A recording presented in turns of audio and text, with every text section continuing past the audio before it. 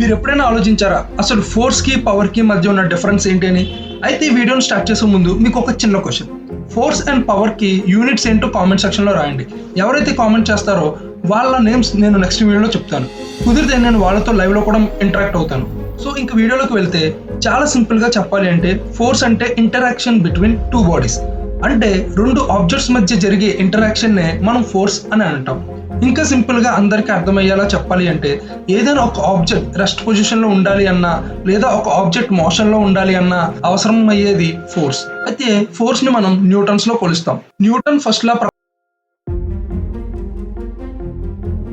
ప్రకారం ఏదైనా ఒక ఆబ్జెక్ట్ రెస్ట్ పొజిషన్ లో ఉంటే అది రెస్ట్ పొజిషన్ లో మాత్రమే ఉంటుంది, లేదా ఏదైనా ఒక ఆబ్జెక్ట్ మోషన్ లో ఉంటే అది అలా మోషన్ లోనే ఉంటుంది. కానీ ఇలా ఎప్పటి వరకు జరుగుతుందంటే వేరే ఎక్స్టర్నల్ ఫోర్స్ అనేది ఆ ఆబ్జెక్ట్ మీద పని చేయనంత వరకు మాత్రమే. అంటే ఒక ఆబ్జెక్ట్ రెస్ట్ లో ఉన్నప్పుడు దాన్ని మోషన్ లోకి తీసుకురావాలంటే మనం ఏం చేయాలి? దానిపై మనం ఎక్స్టర్నల్ ఫోర్స్ అప్లై చేయాలి, అప్పుడే అది మోషన్ లోకి వెళ్తుంది. అలా కాకుండా ఒక ఆబ్జెక్ట్ అనేది మోషన్ లో ఉంది అనుకుంటే దాన్ని మనం ఆపాలి అనుకుంటే ఏం చేయాలి? మళ్ళీ దానిపై ఎక్స్టర్నల్ ఫోర్స్ అప్లై చేయాలి, అప్పుడే అది రెస్ట్ పొజిషన్ లోకి వస్తుంది. అయితే మనం ఇక్కడ ఫోర్స్ ని రెండు విధాలుగా ఎక్స్పీరియన్స్ అవ్వచ్చు, కాంటాక్ట్ ఆర్ నాన్ కాంటాక్ట్ వేస్ లో. కాంటాక్ట్ ఫోర్సెస్ కి ఎగ్జాంపుల్ ఏంటంటే మనం బాల్ ని తన్నడం, గోడని గుద్దడం ఎట్సెట్రా. నాన్ కాంటాక్ట్ ఫోర్సెస్ కి ఎగ్జాంపుల్ ఏంటంటే gravitational force and electrostatic force. Force కి ఫార్ములా వచ్చేసి force equal to mass into acceleration. Force గురించి అప్పుడే అయిపోలేదు, ఇంకా చాలా టాపిక్స్ ఉన్నాయి like types of forces etcetera. వాటి గురించి నెక్స్ట్ వీడియోలో చెప్తాను. ఇప్పుడు పవర్ గురించి తెలుసుకుందాం.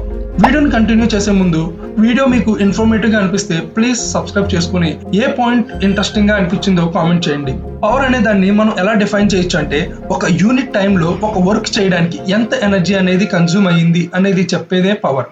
లేదు ఇంకా సింపుల్ గా చెప్పాలంటే ఒక వర్క్ ని ఎంత టైంలో చేస్తున్నాం అనేది కూడా పవర్ లోకి వస్తుంది. ఒక ఎగ్జాంపుల్ చూద్దాం.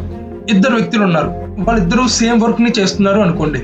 అయితే ఏ అనే వ్యక్తి వర్క్ ని 2 hours లో కంప్లీట్ చేశాడు, అలాగే బి అనే వ్యక్తి సేమ్ వర్క్ ని 4 hours లో కంప్లీట్ చేశాడు.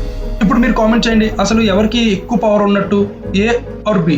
అఫ్ కోర్స్ ఏ అనే వ్యక్తికి ఎక్కువ పవర్ ఉన్నట్టు, ఎందుకంటే తక్కువ టైంలో వర్క్ ని కంప్లీట్ చేశాడు కాబట్టి. పవర్ కి ఫార్ములా వచ్చేసి power equal to work done by time taken. ఇది ఫోర్స్ అండ్ పవర్ కోసం ఒక షార్ట్ అండ్ క్లియర్ ఎక్స్ప్లెనేషన్. మీకు అర్థమైంది అనుకుంటున్నా. వీడియో నచ్చితే కొంచెం ఈ నాలెడ్జ్ ని మీ ఫ్రెండ్స్ కి షేర్ చేయండి, అలాగే సబ్స్క్రైబ్ కూడా చేసుకోండి. Thanks for watching. మళ్ళీ నెక్స్ట్ వీడియోలో కలుద్దాం.